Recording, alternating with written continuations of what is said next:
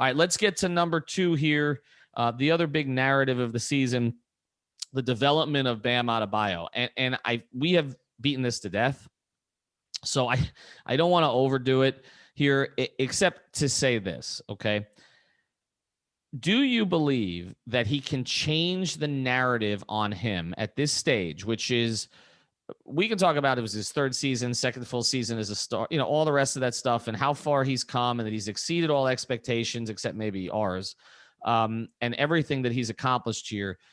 But does he have time in the postseason to maybe make Heat fans feel better about that max as it comes, that the alpha thing is in him somewhere, Greg? Yes. I mean, he definitely has time because, like, for one thing, we all, but Heat fans particularly have short memories, and they've already kind of, the Tatum block is gone. Like, there's that, any equity that was built up with all of that stuff is now, what have you done for me lately? And so Bam Adebayo just needs to do some things lately, and I think he will. And I think it's important to keep it in perspective that dude continues to climb statistically. As they give him more, he's able to absorb more. And the one part of his game, and I continue to just beat this drum, is that, like, the final form Bam is going to be when he engages aggressively in this different kind of way. And it ties back to what you mentioned about Jimmy and the frustration about him maybe not being an alpha now. I don't think that has anything to do with Jimmy second guessing Bam Adebayo as a sidekick, as a teammate, as a building block to a franchise that he wants to be attached to at all. It's more about Jimmy just wants some help so that he doesn't have to do all the heavy lifting this season. So he was just hoping that somebody else was ready to do that now. But I think that ultimately Bam will get there. And he can absolutely, particularly in this first round matchup against Giannis, I think that there's ways that he can make Heat fans go into next season and say, let's do this max thing. Yeah, absolutely. I do think Bam has time to kind of make people feel even better, because I do think in general most people feel he's deserving of a max, even without knowing that, like, it doesn't really start till next season. But, like, people saw him show up in the playoffs. They, on the highest stages. He was obviously at his best versus Boston, which is a smaller team, but he was great in all the different series. Like, he was the cheat code to why they were able to shut down the Bucks in 5 games. And, like, that team was the most dominant team for 2 straight seasons in the regular season. So Bam has already shown it. Obviously the Lakers, the final series where he was banged up is different. But to me, I think we've all kind of, and this is something we talked about all year as fans, we want him to move through that trajectory a little bit faster than it's happening. And I'm still on that same page, even though I always try to have perspective about it. Like, I'm not mad at Bam, but I also do get disappointed. Like, last night I wasn't on the pod, but it was just frustrating. It was another one of those nights that just reminded me of that Mavericks loss and other losses where, when Jimmy's not there, it's not just about shot attempts, but it kind of comes down to it, because when you look at the stats from last night, and I don't have them in front of me, it was 1 million 3-point attempts, not a lot of free throws. It just wasn't a lot of rim pressure at all. And it just seems obvious to me that you have a guy like that who can move so well, can handle the ball so well, and you have multiple shooters. And it's cool that he's such a good playmaker. He needs to step up the playmaking as well when Jimmy's out. But you need to have that balance where, like, guys are screening for him and you're running actions for Bam. I feel like I said this over and over. And maybe, you know what, like, I haven't asked Spo this. Obviously, we record, after games when Spo goes on, and I'm not even trying to make an excuse here, but I wouldn't ask Spo that, because I know from Ethan's pro tips that he wouldn't divulge that type of information anyways, and he would just get pissed at me for even asking that.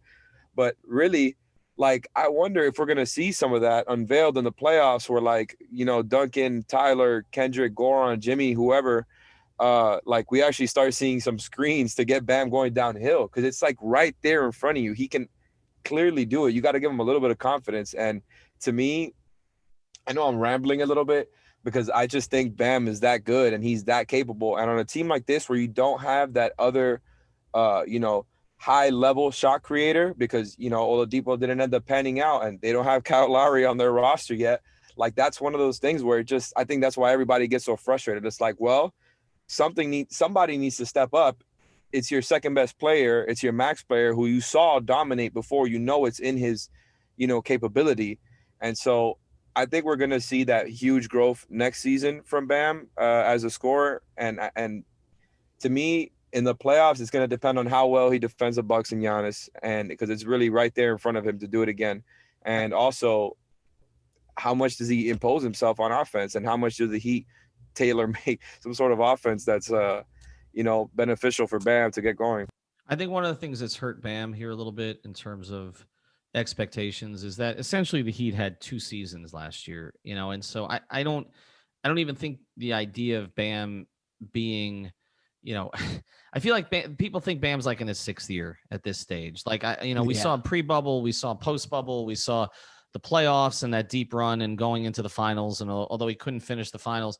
And so I do think you remember also when all the years of Summer League and Miami Pro League where he was kind of doing all the handles of the flashes of shot creation there. I think that's also kind of built into the foundation there of expectations, right? Well, I also think what happens is we see this with a lot of players. They go from, we build them up to tear them down, right? And they go from underrated to overrated, back to underrated, back to overrated. We saw this happen. I mean, I was thinking about Bam today with the Bosh announcement because, I remember Heat fans because I was on the front lines of that thing.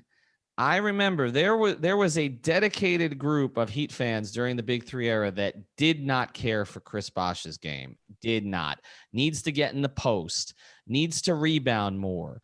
Doesn't bring it every night. Drifts sometimes when you don't have LeBron and Dwayne. I heard all of this stuff. I got called like the Bosh defender on a lot of this because I was looking at the other things that he did. Now, he and Bam are not the same player, but there are similarities. There were a lot of things that Chris did unselfishly, maybe not as a passer like Bam, but just giving up some of his game, getting to the right spots, spacing the floor just so that others could do damage when really Chris could have done his own damage.